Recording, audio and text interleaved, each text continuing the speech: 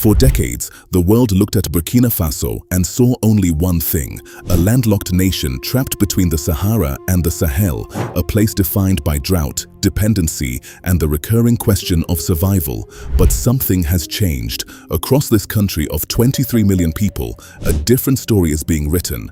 Not in the headlines of Western media, not in the corridors of international financial institutions, but on the ground, in the factories rising from the dust, in the hospitals opening their doors, in the roads carving paths through territory that was once considered unreachable.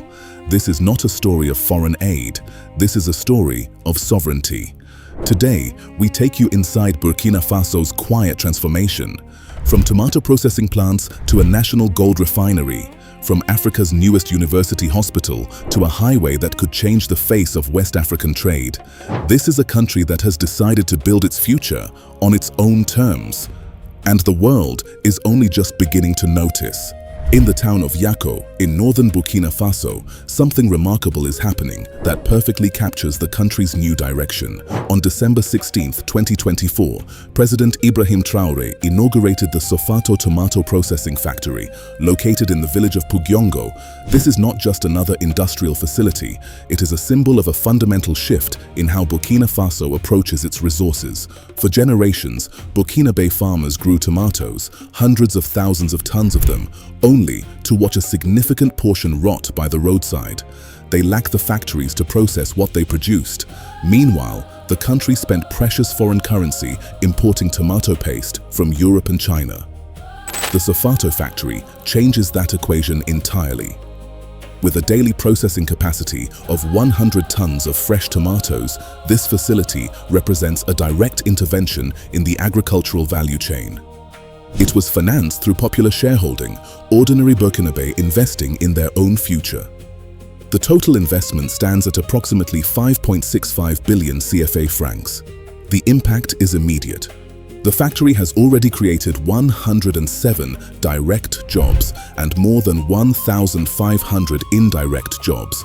It provides a guaranteed market for local tomato farmers, stabilizing prices and reducing post-harvest losses. And it sends a powerful message. Burkina Faso will no longer export raw materials and import finished products. It will process what it grows at home for its own people. If agriculture is the foundation, transport infrastructure is the skeleton. For years, Burkina Faso's roads were a barrier to progress. Poorly maintained highways, aging bridges, and limited transport networks slowed economic growth and isolated communities. In response, President Traoré launched the Faso Mabo Initiative, a presidential program designed to accelerate road construction and open up the country. The centerpiece of this initiative is the Ouagadougou-Bobo-Dioulasso Highway, a project that Burkinabe have dreamed of for decades. Stretching approximately 332 kilometers, this modern dual carriageway represents the country's first true motorway.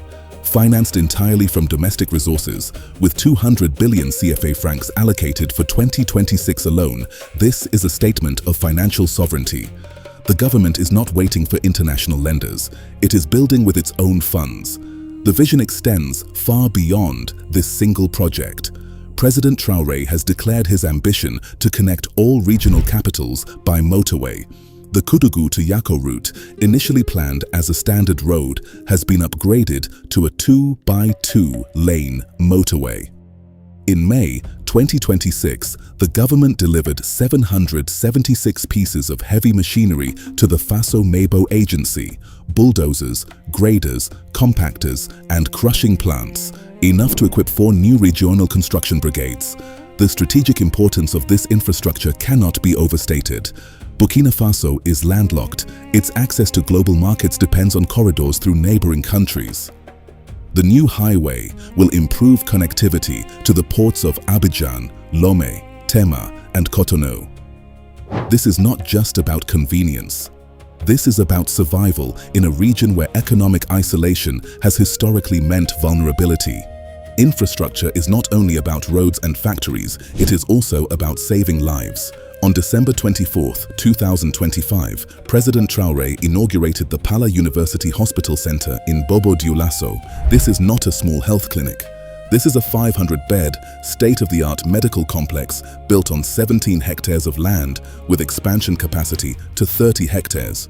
The hospital features modern operating theaters, an emergency and trauma center, intensive care units, and advanced diagnostic imaging facilities. For the people of Western Burkina Faso, this means they no longer have to travel hundreds of kilometers to the capital for specialist treatment. Financed by the People's Republic of China, the project cost approximately 60 billion CFA francs and was completed after 3 years and 8 months of construction. It represents one of the largest healthcare investments in Burkina Faso's history.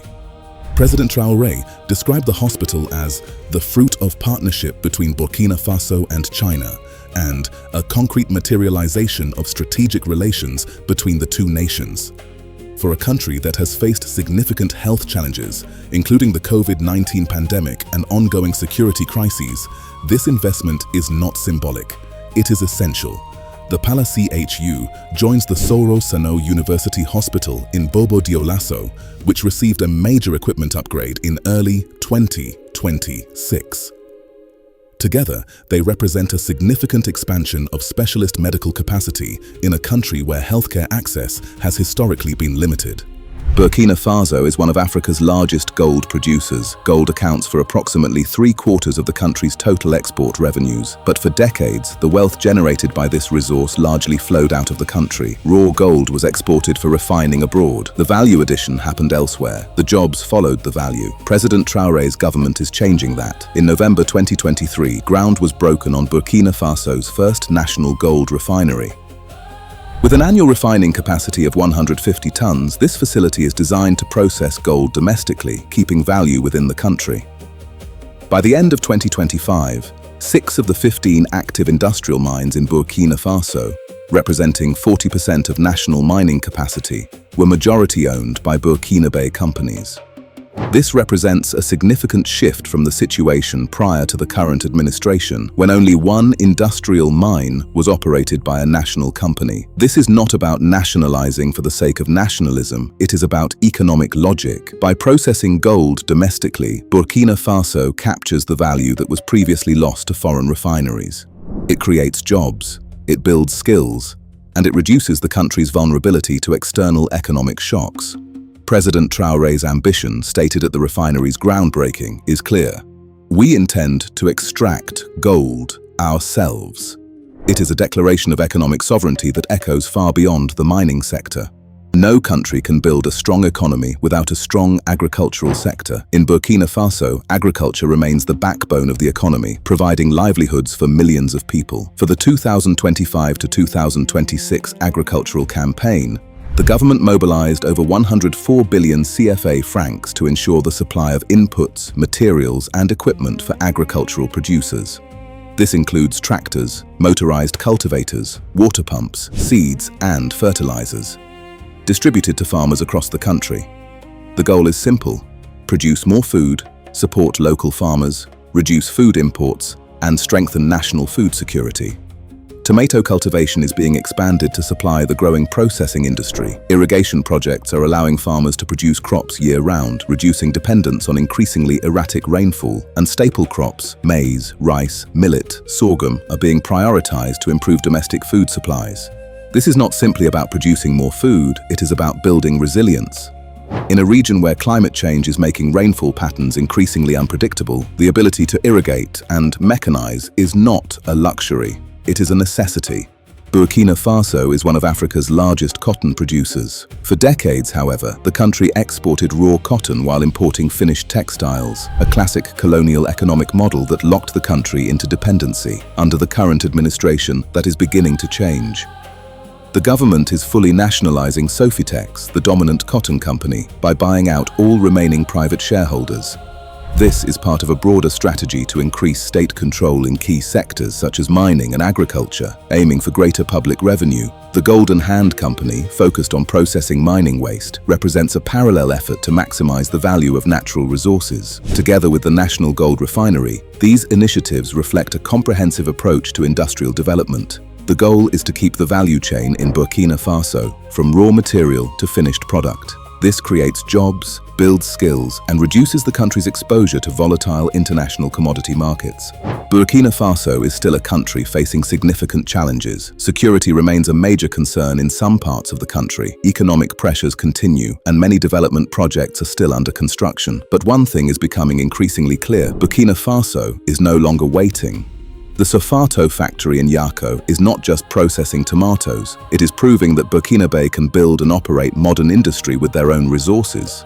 The Ouagadougou-Bobo-Dioulasso motorway is not just a road, it is a statement that the country will connect itself on its own terms without waiting for foreign lenders. The Pala University Hospital is not just a building. It is a commitment that quality healthcare should be available to all Burkinabe, regardless of where they live. The National Gold Refinery is not just a facility, it is a declaration that Africa's mineral wealth should benefit Africa's people first. At the Africa Corridor, we don't just watch the news. We watch the roads, the factories, the hospitals, and the fields. Because movement is money, and infrastructure is the skeleton of a nation. What do you think? Will Burkina Faso's sovereignty-first approach succeed? Let us know in the comments. And if you believe that Africa's future is being built right now, in concrete, in steel, and in determination, subscribe to the Africa Corridor. We'll see you on the next route.